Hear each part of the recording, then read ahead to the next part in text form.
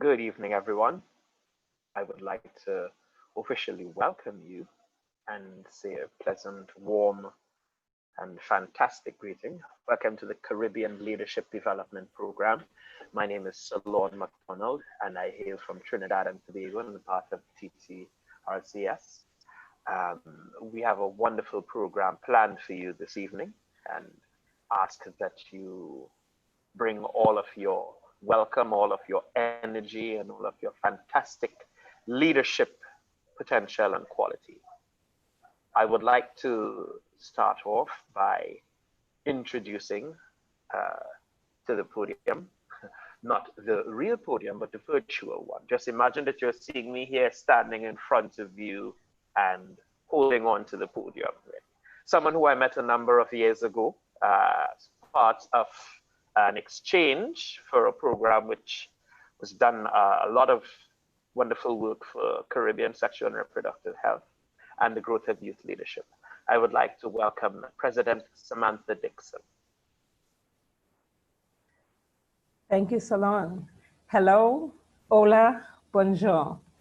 John Maxwell said, the single biggest way to impact an organization is to focus on leadership development. There is almost no limit to the potential of an organization that recruits good people, raises them up well as leaders, and continually develops them. My name is Samantha Dixon. I am the president of the Grenada Red Cross Society. It is with great pleasure and appreciation that I welcome all of you today to the launch of the Caribbean Leadership Development Program. We are happy that you could join us. You will hear all about the birth of the idea behind this program, developed with a simple yet very powerful vision and mission. The program is geared towards effective leadership in the humanitarian sector and beyond, with emphasis on development and involvement of volunteers from the Red Cross National Societies of the Caribbean. Today, you are joining us at the starting line, and we will witness the commitment of a group of talented, motivated, and energized young people willing to mentor and willing to be mentored, and who will no doubt enable the realization of the program which we are endeavoring. We need your support as we champion this cause, pave the pathway, and ignite the passion for great leadership in the Caribbean region. Thank you all and welcome again. Thank you very much, Samantha, for the warm welcome and for issuing the clarion call to all the leaders paying attention. Yes, leadership continues to be a creative process. And with that in mind, I would like to take us across to expressions from the creative realm. I would like to invite the spoken word performance from Ms. Kirlan Mark. Please welcome her with a warm, lusty round of applause from where you are.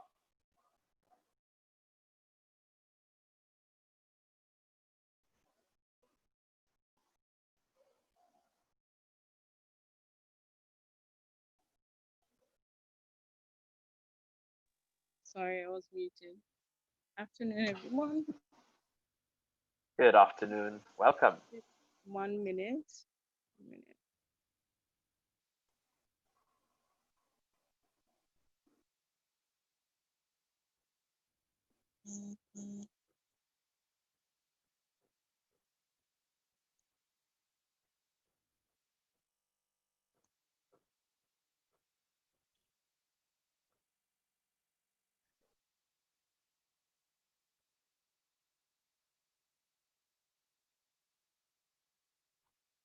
Okay.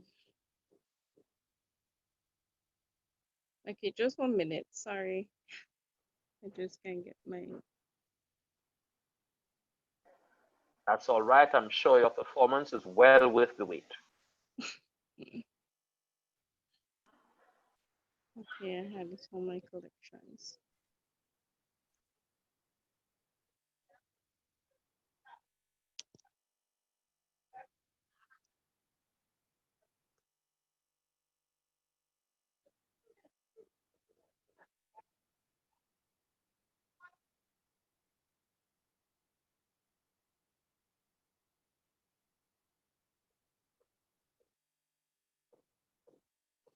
Okay, hello, you hear me? Yes, we can hear you clearly. Okay, great. Need I say more? Need I say more? We live in a world where things are changing quickly, where love is no longer what makes the world go round. Need I say more? Where the heart of men had turned away, where loving your neighbors as yourself has gone straight out of galaxy's door. Need I say more? Where the love for money has increased, where the love of self has skyrocketed, where robots had replaced humans, where cyberspace has become the meeting place. Need I say more? Need I say more? Our social norms had become new normal, where human contact had become toxic. Need I say more? Hear this. In the midst of all the changes, we can make a difference. In the midst of the distractions, we can stay focused. In the midst of forced separation, we can stick together with one goal, one vision. Need I say more? Need I say more? Thank you. Thank you very much, Ms. Mark. Truly inspirational words, and I dare say at this point, you need not say more, for we get your message clear as a bell. Please show some more appreciation, everyone. I want to hear it. I want to hear it. Come on, clap. See, yes, yes. You clap into the microphone. Fantastic. Sliding right out of the spoken word piece and the call that we've heard there. We are all part of leadership, and we're all part of leadership functions. One of the important elements of leadership is to issue that clarion call to motivate. And here to give the motivational charge is Ms. Shauna Cuffey. Please, Ms. Cuffey, join us. Pleasant afternoon.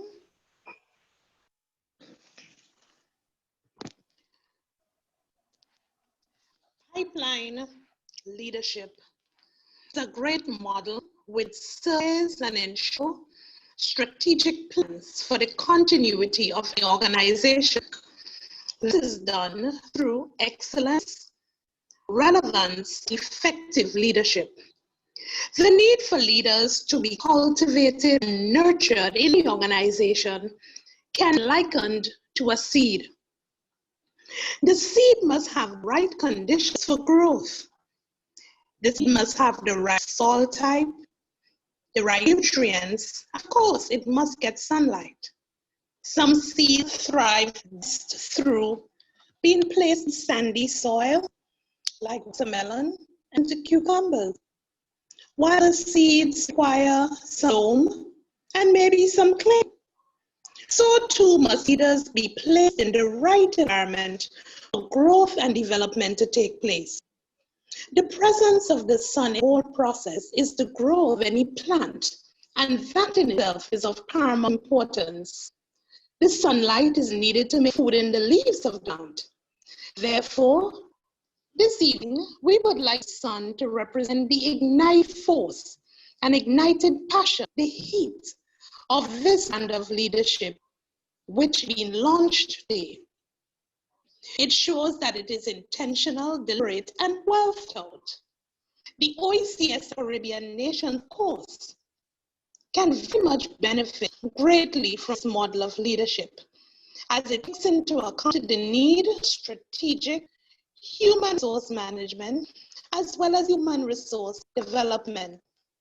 The Red Cross, as an organization, must lead the way. You must lead the charge. And you can do this by ensuring that every worker, volunteer, everyone associated with the organization is poised,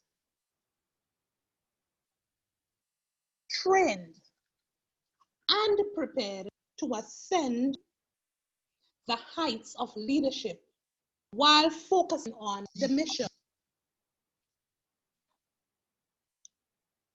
Your mission must envelop your vision. In order for this to happen, there must be a collective buy into the process. Collaborative team approach is one of the great crucial aspects of leadership. Participants, trainers, developers, coordinators of this launch, this is quite a revolutionary training that will be happening. And I know that the organization would be pushed to the zenith with experiences that are lifelong and transformational, both in the short and long run. I must say, when passion is ignited, the fire must catch on so that the mission and vision is embraced by all stakeholders. With this thrust, you all have a valuable input in this leadership process, participatory engagement to gain visible and felt leadership. So this seed that is about to be planted would become a reality. Then what? I urge you to stir the passion or desire within you, spurred on the mission in a transformational way. Keep in mind that leadership, once it comes to the fore, these seeds must be willing to be buried in unfamiliar territory with the hope of bursting the soil as a shoot and becoming a plant. Thank you. Thank you very much for giving us all the elements needed to nourish the plant that we seek to grow as leadership becomes the thing that blossoms and blooms. Everyone, please, appreciation for Ms. Cuffy.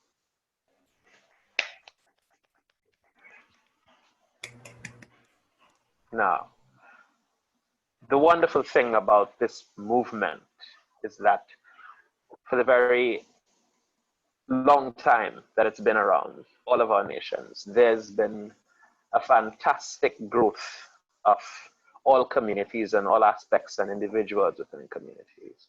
We have, however, seen a surge of growth in the realm of female leadership.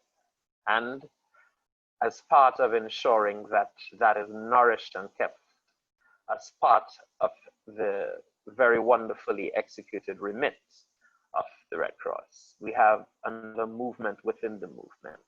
And from within this movement, we'll read. We call for the inspirational message from Miss Margarita Wallstrom. Please, Miss Wallstrom, grace us with your presence. Dear friends in the Caribbean, congratulations to realizing this important initiative. A strong idea that we need to nurture future leadership in our Red Cross and Red Crescent societies and our global federation.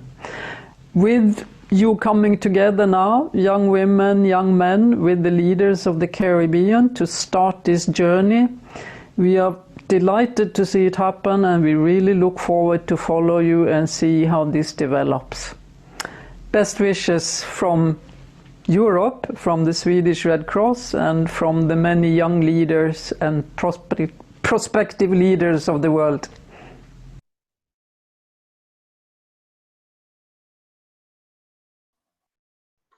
Thank you. Short and sweet, very much impactful. We've always been a strong movement filled with individuals and communities that have been able to give us the kind of key motivation and movement and direction that we need. One of those things that we must always strive for is protection, gender inclusion, and ensuring that all members of all communities have an equal chance and an equal opportunity to participate and even fulfill the ability for them to motivate and grow. We would like to invite a key message on protection, gender, and inclusion from the International Federation of Red Cross and Red Crescent Societies. Please welcome Mr. Jose Felix Rodriguez.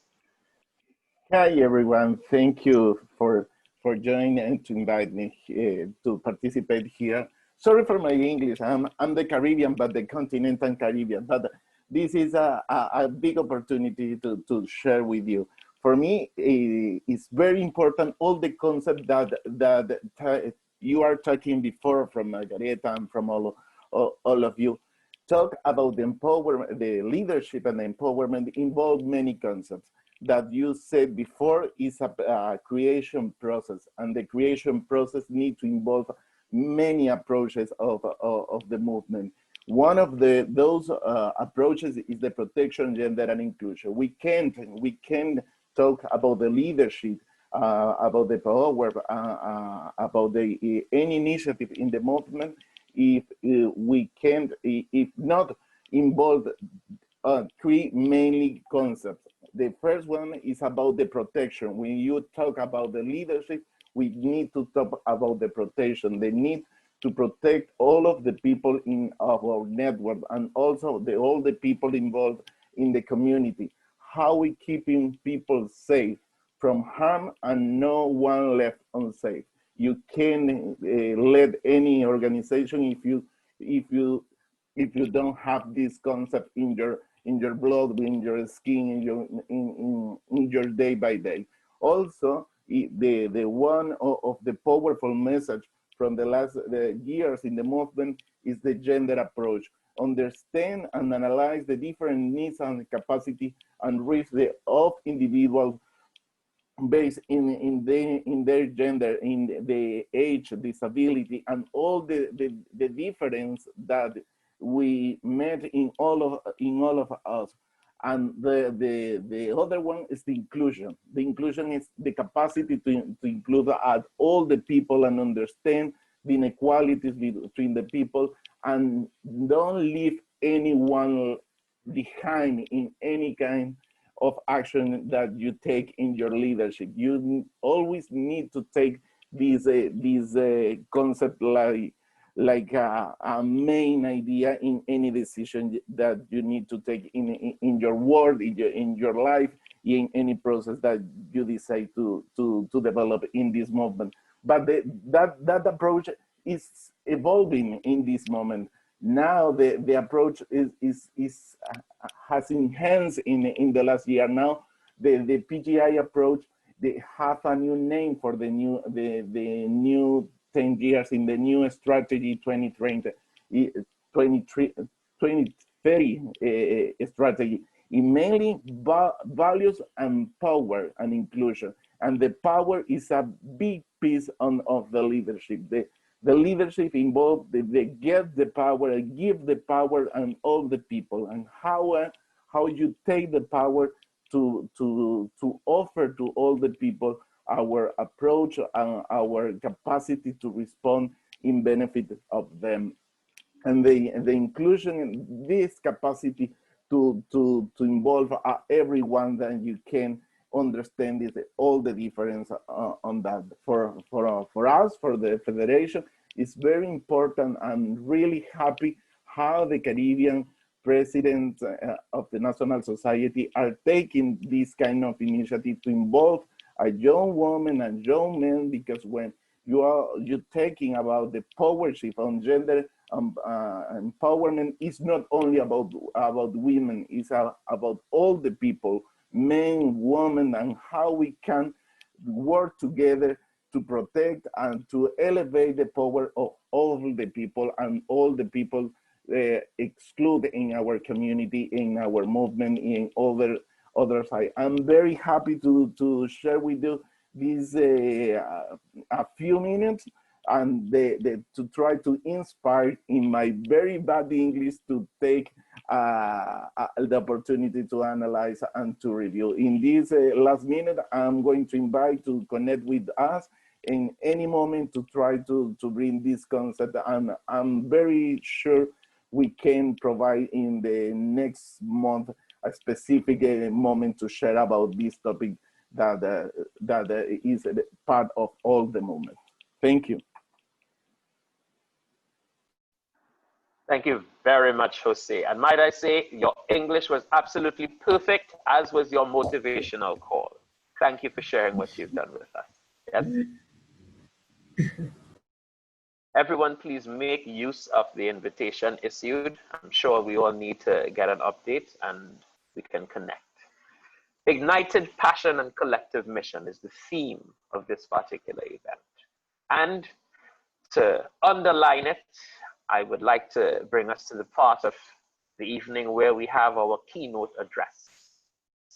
The addressee this evening is the Coordinator of Child Affairs, Office of Prime Minister of Trinidad and Tobago, and a psychotherapist and founder of Balance 365 organization. Please welcome to grace us with a keynote address, ladies and gentlemen, Mr. Bertrand Moses. Please welcome him with a warm, lusty round of applause. All right, good evening, everyone. Can everyone hear me clearly? Yes? Yes, we can hear you. Okay, if you could, yes. now I just want to apologize up front. Your theme has ignited passion, collective mission. Now, if you know me, I'm a hype man and I love passion. So I want to just apologize in advance to let you all know that this is going to be a really hype session. It's young people here today. So I want to begin. Everyone drop the name of your country in the chat box because I want to shout out every country listed here today because this is a Caribbean thing. This is Caribbean Red Cross. Suriname, big up yourself. Grenada, Barbados, Trinidad, I love it. Now, yes, sir, we're getting warm now because what we're doing is igniting a fire here today. When we talk about service, great service that the Red Cross does, we are talking about changing lives and giving our best and just being ablaze to change the world. Grenada, lovely, St. Lucia, welcome. So I want to start by saying thank you to the organizers, President Samantha Dixon, and also President Jill Dubu. I want to thank you all for just allowing me to be a part of this. Welcome to the members and special guests. It's a privilege to have you here. And I want to start by saying, when you're talking about igniting something, you're talking about setting it ablaze, setting it on fire. You're blowing up something. You're turning up the heat. So I want everyone now to type in the chat box, heat, because the Red Cross is on fire. The Red Cross isn't pink. The Red Cross isn't orange. Heat, that's right. Drop some heat, fire. Like, thank you to the person that said fire. That is what we want today. We want to talk about passion. Let me tell you something.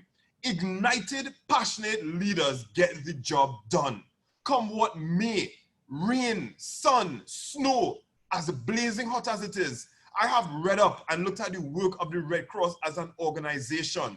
And you're God on the front lines. You'll sacrifice everything to be there. You'll risk your lives. And I want to say congratulations for being a part of that blaze, because that blaze and that heat that somebody just dropped in the comments there is the blaze that would help us to survive. For this conversation, I'm going to interact with you. So I want you all to drop some things from time to time in the chat box. But I want to start off by saying that I want to share 3 points with you. When I look at my life, there are 3 important things I've learned in leadership. I started off in leadership in high school and I continue to be a leader at the Office of the Prime Minister in Trinidad and Tobago managing a team. And there are some key things that I want to talk about. And this conversation is really inspired by the readings and the work I'm doing. I'm currently a global fellow with George Washington University in the Atlantic Fellowship Program. And every month we do work on leadership and health equity. And there is a powerful man that we speak about when we talk about leadership and equity. And his name is Marshall Gans. And he championed something known as the public narrative. The thing is, when we practice the public narrative, we are narrating not just ourselves. We're narrating a whole movement. We're joining in to get people from all over. We're taking stories of different people and mixing it with ours. That's what true leaders do. Leaders serve. And I want to start off by saying, this is what we want to look at today. The first thing I want to talk about is that when we're talking about leadership, we're connecting 3 things: the heart, the head, and the hands. Leadership is about connecting the heart, the head, and the hands. And that means, if we translate it, it's motivation, it's strategy, and it's action. Those 3 must always go hand in hand. So I want to jump right in and say the first thing you want to know when you're being a leader, when you want to change the world, is you have to ask yourself, what is your story of self? That's the first tenet from Marshall Gans, straight out of Harvard. This is what he said. The first thing is that you must know your story of self. Why are you called to motivate others? If you're namby-pamby and you're kind of shaky and you're not sure, well, kind of only come, let me go down the road and think now, see a fire by the house, let me go and help now. If you don't have that sense of urgency in you, thank you, Abraham, for putting in that there. In heart, head, hand. I love it. I love the interaction. If you don't have that urgency in you, you're not going to move people to the true urgent action that you need. So the first thing you want to know is, what is your story of self? Why are you here in this action? Why do you want to motivate others? Is this just a thing you do not decide just for fun, or do you really want to change the world? Let me tell you something. I will share with you my biggest challenge in life when I was younger is when I did so poorly in school, I had to repeat a form. And I know why that happened. It was because in my context and in my environment, there were lots of challenges. I was witnessing violence. My parents got divorced. So many things were just going wrong. And I remember at that time I hit rock bottom. I didn't see the point of studying. I didn't see the point of paying attention in school. I didn't see the point of just, what is the point with going through life? And I remember at some point, something changed for me. A teacher came to me, and that teacher took me under his wing, and he became like a mentor. He said, you know what? I'm not going to give up on you. No matter what, I'm going to give you responsibilities, and I'm going to look out for you. I eventually became what we call like a class prefect. And I remember at that time, everything changed. My views and outlook on life changed. I recognized something. I had a lot of challenges. I'm a psychotherapist today. I had a lot of challenges. And the thing is, there was nobody to talk to in my school about those challenges. As young people, we go through so many challenges and there's no one you can reach out to. There was no guidance counselor. And on that day, in so long ago, because I'm real old, I grew him a beard and things, so excuse me now. That day, I made a promise to myself in high school, 4th form, that I would one day be a guidance counselor for students who were going through hard times. I would one day be a psychologist for students who needed someone to talk to. And let me tell you something, that passion stayed with me. That is what changed my life. So by the time I was finished high school, I knew what I wanted to be. I knew that I wanted to just be there for young people no matter what. And as I continue the story, you'll understand how that has taken me far. That igniting your passion, it began there. So I want to put it to you. Your failures can't ignite your passion. You're only doing what's going on in here. Your weaknesses can't ignite your passion. Your losses can't ignite your passion. Abuse can ignite your passion. Rape can ignite your passion. People get passion from challenges in life. And I want to say something. This is where it begins. You have to know as your leader. As a leader, you have to know what is your story of self. What is your story? So I knew that my story was that because I went through a hard time as a youth, I wanted to be there for everyone else. What is your story? What is your call? What is your heat that sets you ablaze like the Red Cross? What is your blaze? Somebody type for me. What is your story of self? What is the one thing in your life that has made you become passionate? I want to read some of that as we go along. So I want to say to you in context, because I know we're talking about violence. How could we contextualize this? Violence that's happening. Somebody said broken but not crushed. Boom! Preach in this place today. I love it. Now, this is what I want to say to you. Statistically, out of research in Latin America and the Caribbean, right? When we compare Latin America and the Caribbean to the world, Latin America and the Caribbean is the most violent region in the world, accounting for 39% of the world's murders. And that is a study done by the Inter-American Development Bank. Now, when we sit and we think about that, and I know that as leaders, I know you all are also looking at things like gender-based violence and helping that. You are helping people on the front lines. If that is the case, that means we have work to do as a Red Cross. We have work to do. And that means that when we talk about the story of self, you have to know within yourself why you are doing this work voluntarily. Somebody said they want to give a voice to the voiceless. Much respect to Peterson. Someone said in adversities, they learned that their life's opportunity. Somebody said they were retrenched and they were employed again. And I love that you're putting real stories out there. This is why we want to fight. The next thing I want to talk about, after you figure out what is your story of self, and I want you to type your story of self there, you have to figure out what is the story of us. Marshall Gans, this whole thing here, what is the story of us? What are the values, the experiences or aspirations that you share as a group? When you're leading a team, you need to bring them together and say, what do we share with each other that nobody has?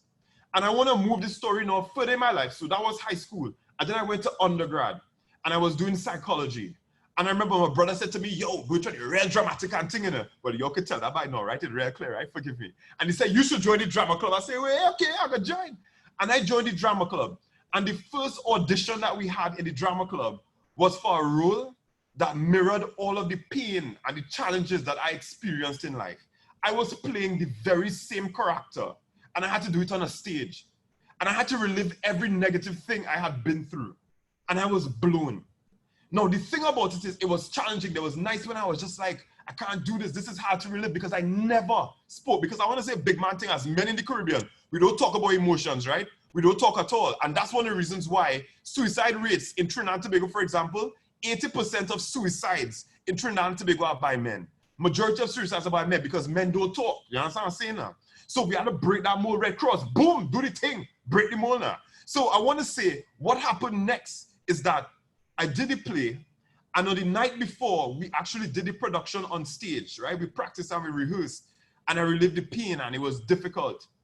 I remember there was a young lady in the group. We were all holding hands as a big circle, the drama club. And she broke down and cried, and she said, I want to let you all know that this story, this play is about me. It's my story. This is our story. This is no joke thing, because I went through these challenges, and it has broken me up to this day. Let me tell you, for the first time, I heard somebody else share with me what they have been through. And that changed me. Tears came to my eyes because I felt like I belonged to a group of people who knew what I was going through. Let me tell you, that becomes the story of us. So when you establish the story of us as a leader, what that does is that it brings the group together. Everybody has each other's back. Everyone is there through thick and thin for one mission. If it's the Red Cross to go help people who have gone through some disaster, and to rebuild houses or to be there for them, that becomes the mission. And that's the power of the story of us. When you discover what your story of us is with your team, you know, somebody said my passion is fueled by my ability to break barriers and illuminate the minds of those who dare to go beyond the norm.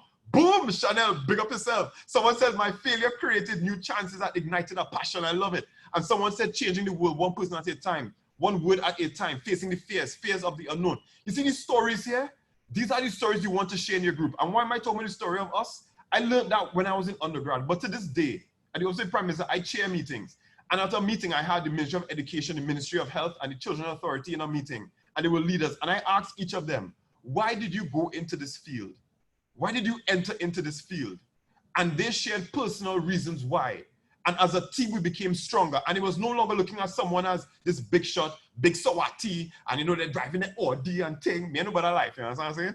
But it's no longer looking at people like that. At that point, we were all one, the same battles. And that's what we need to do. The second thing in leadership is that you need to share stories. And the third and last thing I'll share is, the third part is, that's right, everyone has a story and stories connect us. So when you're leading, make sure people share the stories of us, because that makes the mission stronger. And finally, I would say the last one, the third one, is the story of now. Ask yourself, why is this urgent? Why is it worth your time? Why should you put aside the time you could be studying or watching Netflix and chill or hang out with your girlfriend or boyfriend now? Why should you volunteer with Red Cross all this stress during COVID? You understand? And you're broke and your job going in like, look at me, my Red Cross coming out. Why can you, why? How can you get people to do that? The story of now. What is urgent? What is happening in the world? Yo, let me just share this last thing. There's a UNICEF report published in May 2020 titled Latin America and the Caribbean's COVID-19 Response Progress Report.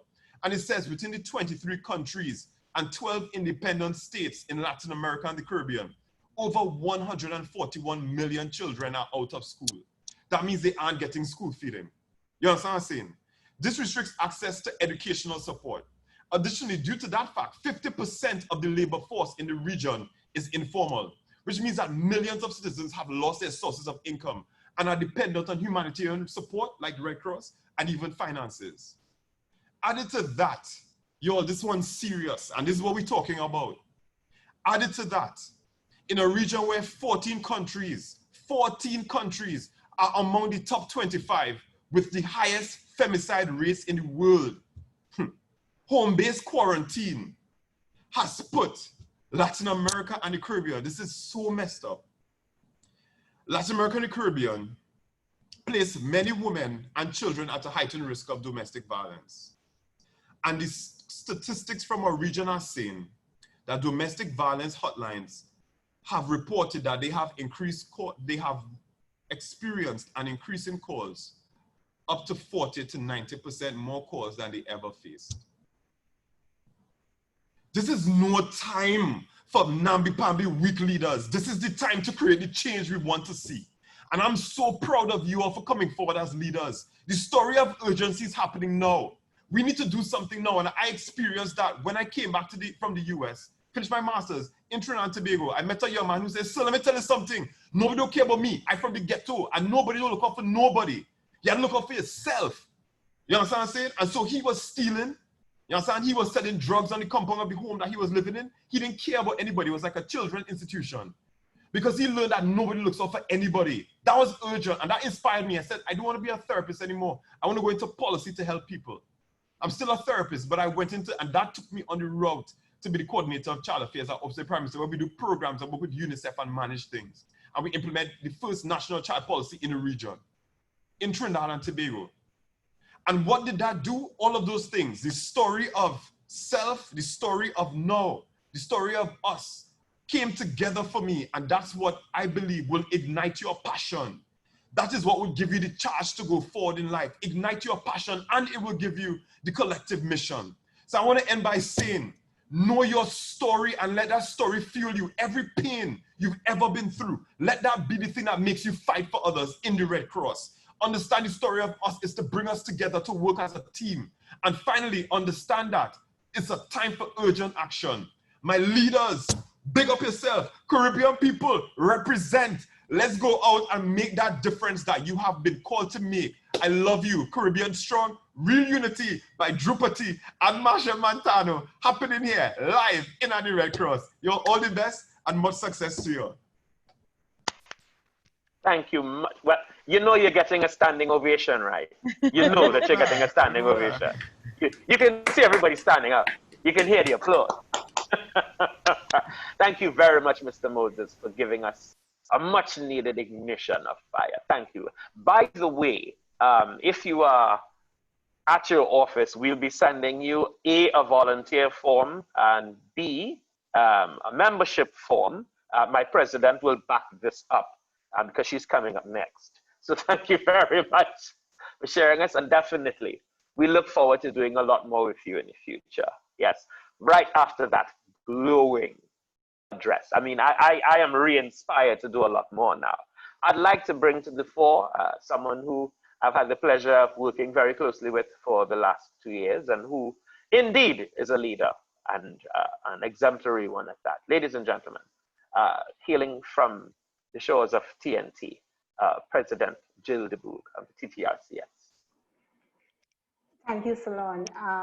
Thank you, Bertrand Moses. Such inspiration, such passion. I really enjoyed your delivery.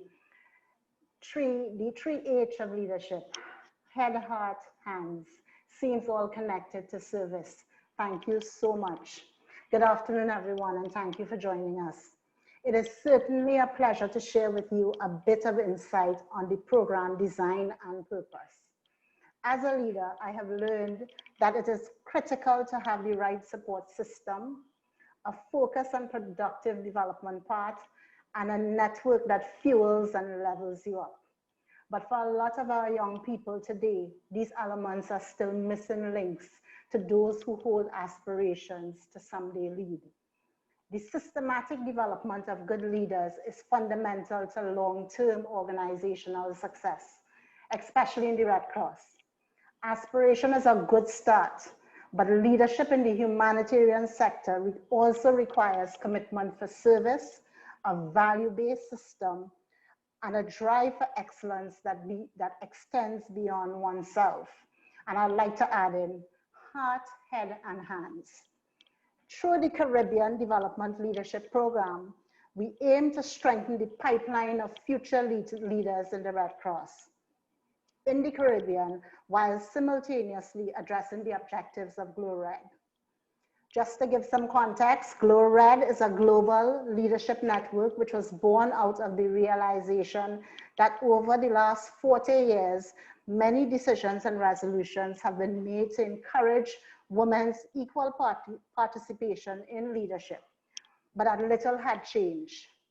As the global network continues to grow, the need for strong Caribbean representation and participation is necessary for consistent and sustainable change.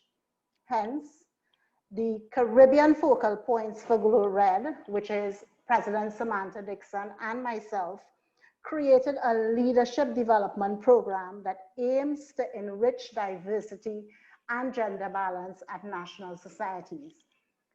This program will be inclusive of men, as we want to ensure that opportunities such as these incorporate men as part of the solution and the change process needed at leadership level.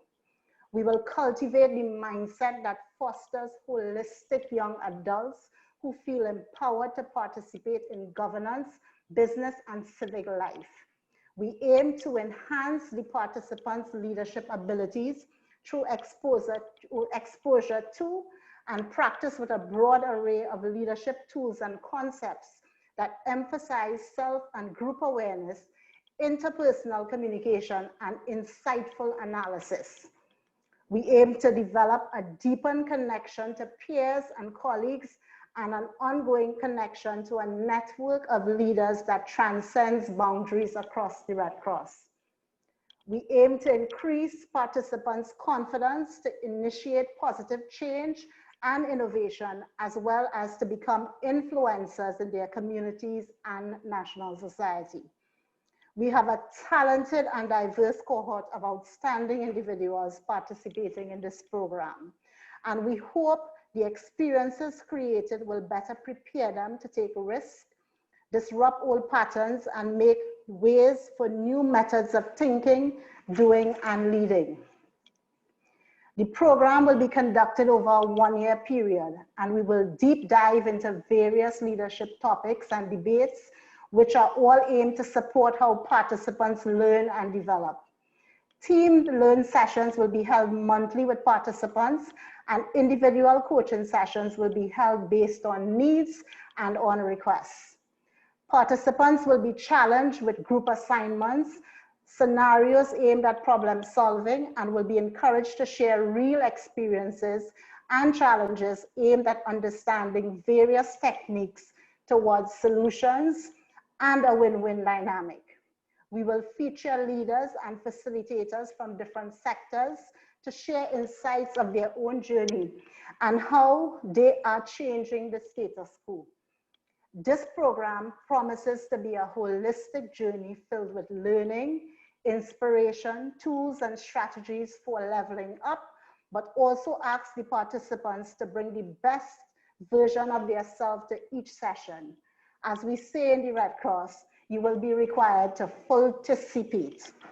To note, in celebration of our launch, we will reopen the registration period for 24 hours from 6:30 p.m. today to give an opportunity to those who may have missed the initial window on the registration period. I hope I have provided very good insight as to what to expect in this program and what's to come.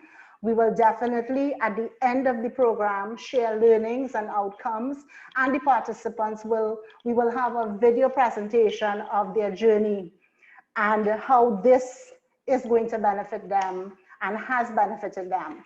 So thank you, and thank you for joining us. Salon? Thank you very much, Joe, for giving us a clear and, built-in details.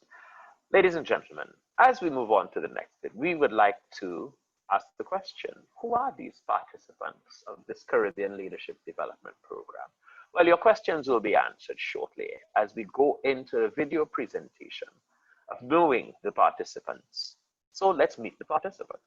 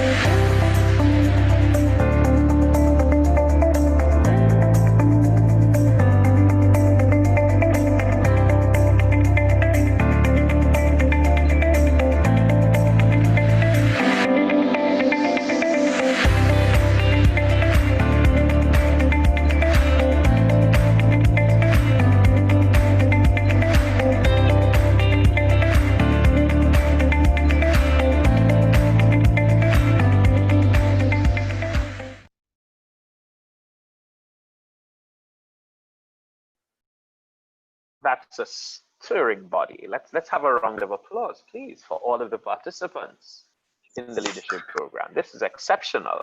The Caribbean Leadership Development Program seems to be a place where we're definitely going to see some transformational leadership, where we've seen some people. I know some of these movers and shakers, and I'm looking forward to a fantastic results. It's wonderful to see that we've invested so well in the movement and in seeing the future of what happens, but also in the now, because I believe that some of the ideas that are going to come forth are going to be transformational in the way that we do things now, innovative, and it's fantastic to see. With all of these wonderful things that are going to take place, it's wonderful that we can bring together a group of leaders and a group of young leaders at that. I mean, as was said by someone earlier, I'm seeing the gray in my own bed and I'm wondering, all right, it looks good that we have the future in good hands. And with that said, we'd like to bring forth the opportunity for the participants' pledge to take place. And to lead us, Ms. Chanel Figaro.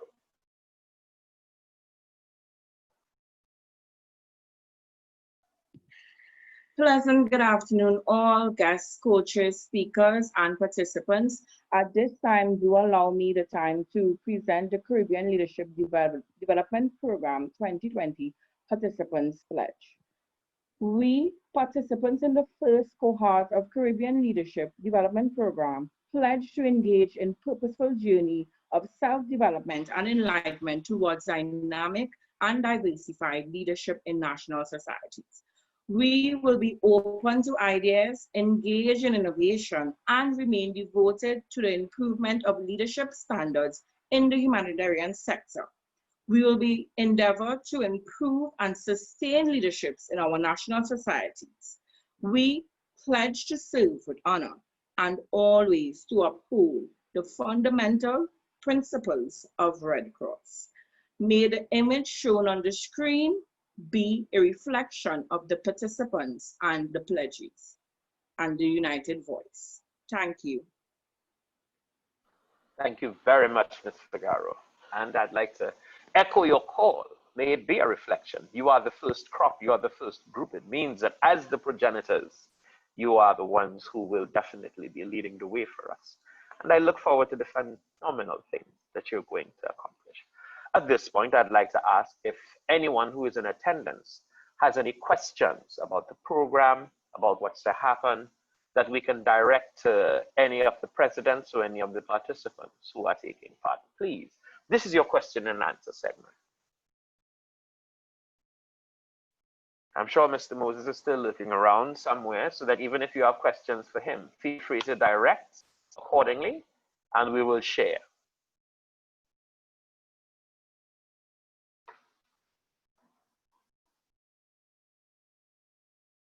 All right, there's no need to all rush at once.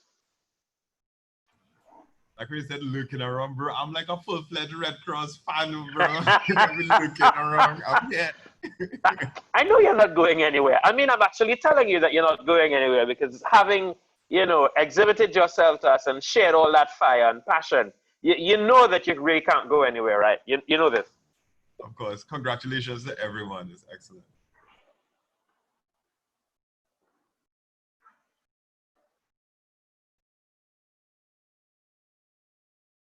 Yes, one. No questions?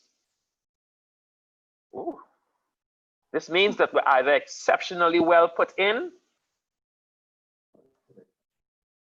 or that we've successfully baffled everyone. Would either of the presidents like to, you know, input anything at this point?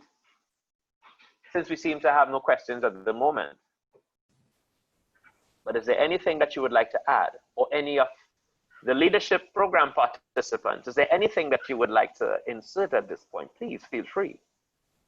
So Salon, I just wanted to, after the presentation of Mr. Moses, I said I was on fire. And he asked about what motivates us, what is our story? And I was sitting here thinking, I've been in the movement 32 years. And just like you, I have gray hairs. But more importantly, though, is to be the change that we want to see, we have to do it. And I think that's the motivation behind all of this. The support has been great thus far, and we can only look forward to bigger and better things. And I see that we have some 75 people, well, minus the participants, so 60 people on the call. We're hoping that this is the opportunity to spread the news of this dynamic network. And so in the future, we can only grow from strength to strength. And that something great has started here today. Thank you, Samantha. So we have a question actually from Ibrahim S. Abdullah. He would like to know how many sessions are in the CLDP? How many sessions are forecast to take place? So I will take that question. We have forecasted 12 sessions in total. This is minus the orientation session that was already conducted with the participants. So our first planned session will be at the beginning of October. And then we have one monthly session, which will be facilitated by the coaches, which is President Samantha and myself. We will have guest speakers depending on the team, lesson plans, as well as exercises that the participants must engage in, group work, and scenario-based situations that they must solve. And we will have, outside of those monthly sessions, we will have individual coaching. All right. Thank you very much. We have another question. How will people who want to take advantage of the 24-hour window to join the program be able to do so? And will they be able to catch up? All right. So if I may, I'll take that one. Samantha here. So we reached out to all the national societies of the Caribbean. This was an open invitation to all the national societies through the presidents and director generals to do their vetting process and to submit, I believe, 5 participants. In some cases, we had 6 per national society. Some persons would have signed on, but they did not get involved. So we have the names of some people on our roster who did not attend the orientation. So they need to indicate if they're interested. We're gonna have the orientation for them, and then we can proceed with everybody. We're trying to keep the entire group on one track, and so to avoid like repeating the sessions and so on. So it's pretty much scheduled, and that's why we had to say 24 hours, because we didn't want to, this is the opportunity for those who would have signed up before, but just not attended really. And then in the second round, of course, we'll extend the invitations again for new participants. All right, thank you very much. If you would look in the chat segment, yes? Before, I would just like to add that we have added a link to the application form for the 24-hour into the chat box, and it will also be shared on social media, and a vetting process, as President Samantha would have indicated, will go on for that special batch and an orientation before the first session. So there's enough time for persons to catch up. Great. So I was just about to indicate that as well. You will see the link in the chat segment, the 2 application form links, so you can follow on from there. We have a question. Hosseini Kamara wants to know, how do the youth fit and benefit from this program? So if I may, you know, at the moment, I'm a president. And so we have 2 things going on. One, while we raise leaders, we're also supporting, as President Jill said, the objectives of Glow Red. So we're doing 2 things, because we need the support of good males in the network as well. But we're trying to develop good leaders who would take initiative to become presidents. We are not going to be there for much longer. Most of our constitutions say we serve for 1 or 2 terms of 2 years or 3 years each. So in a matter of a couple of years, we're gone. And so when we leave, we want to have the structure throughout the region and eventually into the world that this can work when we really invest in our young people to become the future leaders of the national societies. Right. Thank you, Samantha. And to endorse that actual statement, Husseini, and to everyone listening, as a young man, I too was a volunteer with the Red Cross, and I met a younger Samantha and a younger some of you as well, and knew that from that point on, there was a level of commitment. Now, seeing that Samantha is president and some of the other youth leaders who I know as president, I know also in Antigua, these are people who I would have met as young people in the movement. So definitely, I think that having a deliberate, it's one thing to say, you know, once we're committed and whatnot, but to commit deliberate resources, deliberate action, and deliberate training and mentoring is something totally different that ensures that the leadership is vested in the youth who are taking part in the organization. Yes? So please, again, refer to the links. Thank you very much, Shadi, for sharing the links within the chat. Do we have any more questions? I'm sure that the forums will be open subsequently via the I have a new question. media platforms. Yes.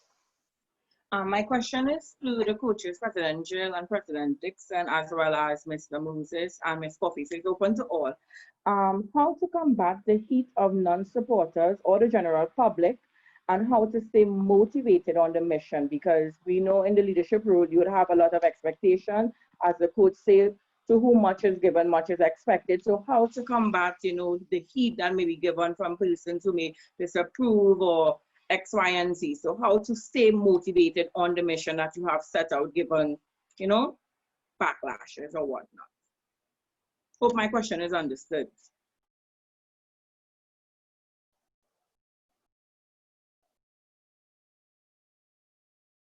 So allow me to go first. Chanel, for me, it is about having thick skin, not so much being addicted to approval, but understanding your part, understanding your direction, making sure that your value-based system is intact, making sure that you are clear, your communication is clear in terms of intent and purpose, and also acceptance that not everyone is going to like you and not everyone is going to understand your mission, but in spite of that, or despite that, you channel forward. Hope that helps. I'd also like to add, if I may, as a leader in many world forums, you are going to have detractors. Make no mistake. You also have to understand, as was said by our keynote speaker, what is your mission? What is your story of now? And understand that not everybody is going to share your story. Not everybody is going to share your motivation. And as a leader, your vision may not be everyone else's vision. It's yours. Yet, part of your leadership is sharing your story so that there will be the ability to connect to it. Not everybody will understand or want to follow your story, but for each person's story, there are connectivity points. There are elements which will form building blocks. And as part of your leadership role, you have to sometimes walk in the rain without the umbrella to get that story to the places where people will need to connect. Keep moving, keep going, keep showing the elements of your story that motivate you to do what you do, that motivate you to walk as a leader. You will find connectedness, but also be okay with the fact that on the way to those connectivity points, you may just have to walk alone for a bit, but you will not be walking in vain because you have mission and you have purpose. And finally, I think excellent question, Chanel. Thank you so much for putting our out there, because that's something that we will continue to struggle with in life, you know. And I think apart from what I would have shared earlier, something that I share with my team quite often, I've been managing the team at the Office of the Prime Minister for 6 years or so. And I've had a wide range of people come and go, from PhDs down to, we have someone living with Down syndrome on our team. And so it's a wide range of people that I work with. And I've also been in management, in youth groups and voluntary, which is where it all began for me, which is why I really wanted to show up at Red Cross and give you like everything now, because I know what it's like in voluntary groups. I did most of that in my life. But there's something that I always believe in, and I share this with my team, and I've shared this with youth that I've led in groups as well. We have to always remember that groups like the Red Cross, what we do here to protect children nationally, and what happens in volunteerism is that we're literally fighting for good. You're fighting for good. And if you ever decide in your life that you're going to fight for good or be a partner to help protect people, to help people when they're broken, to show love and kindness to others, please, Chanel, I'm telling you, expect that forces of evil will come up against that. That's just the law of life. Regardless of what we believe in, if it's Christianity or Buddhism or whatever, there's always a side of both. the balance of good and evil. And knowing that if you're doing something good and you want to push something positive, you're going to get a backtrack, you're going to get hit back with something that will oppress you or take you backward. Knowing that is what will make you calm. That is what will make you know, like, yo, this is expected.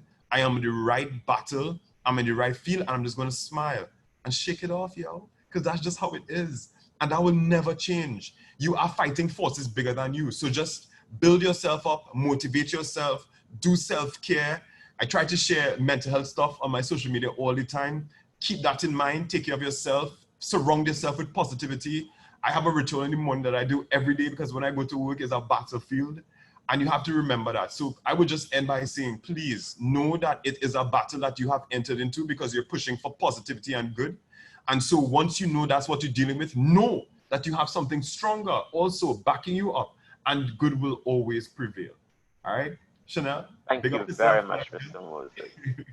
By the way, please feel free to drop your, since you mentioned them, feel free to drop your social media and new media handles in the chat so that we can keep them as links and follow the motivation. Yes.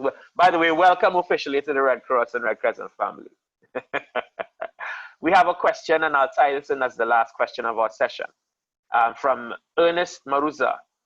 Africa has really been inspired and been ignited. Instead of reinventing the wheel, is there a possibility of collaborating with Africa youth in the movement in this leadership development course in the future?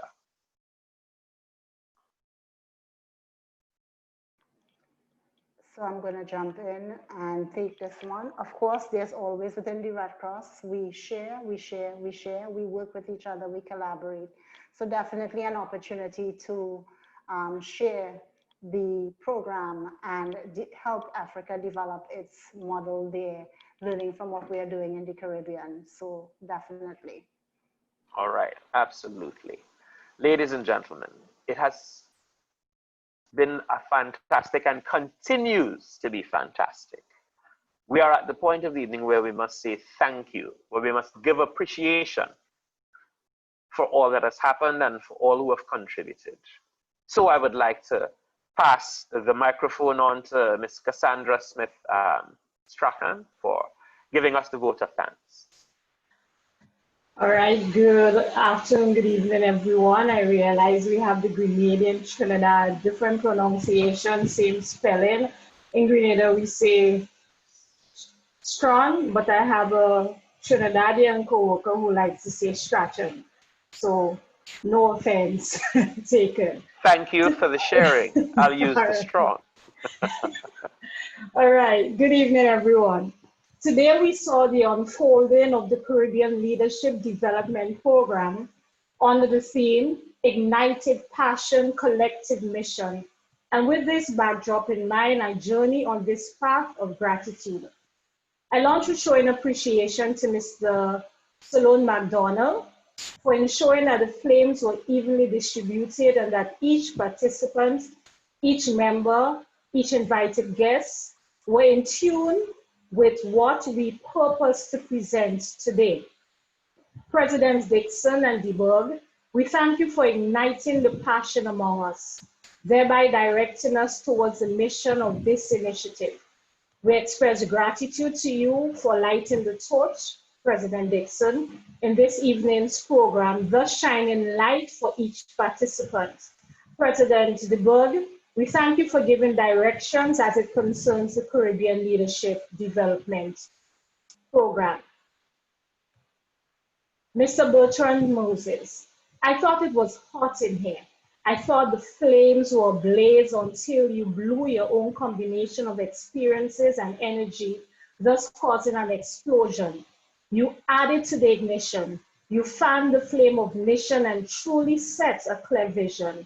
With such, we have recreated vision seeking to break barriers and illuminate the minds of those who fail to see beyond their miseries. Boom, we're on fire.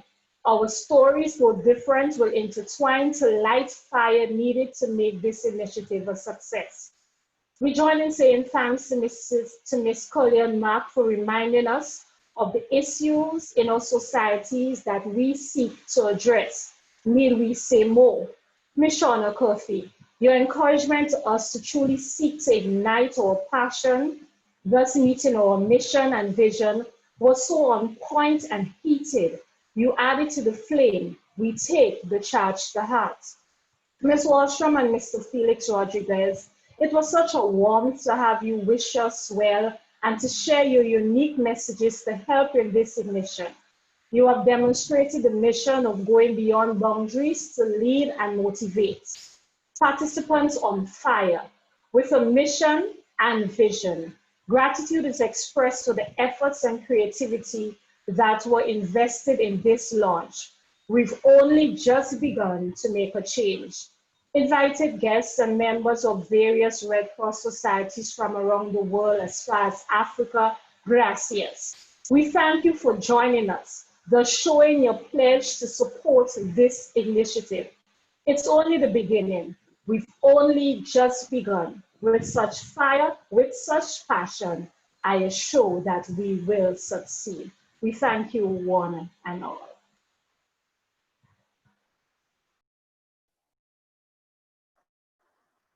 Thank you very much, Ms. Strong, for sharing your vote of thanks. Good. To one and all, I'd like to say thank you for sharing a beautiful evening with me. Thank you for the opportunity to have walked with and shared in your passion.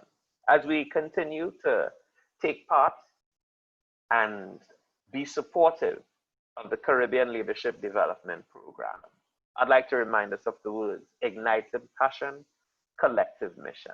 We look forward to the continuous work over the next 12 months and look forward to all of the beautiful fruit that will be born. I leave you with the words of the immortal Johnny Storm of the Fantastic Four. Flame on. Thank you and enjoy the rest of the evening.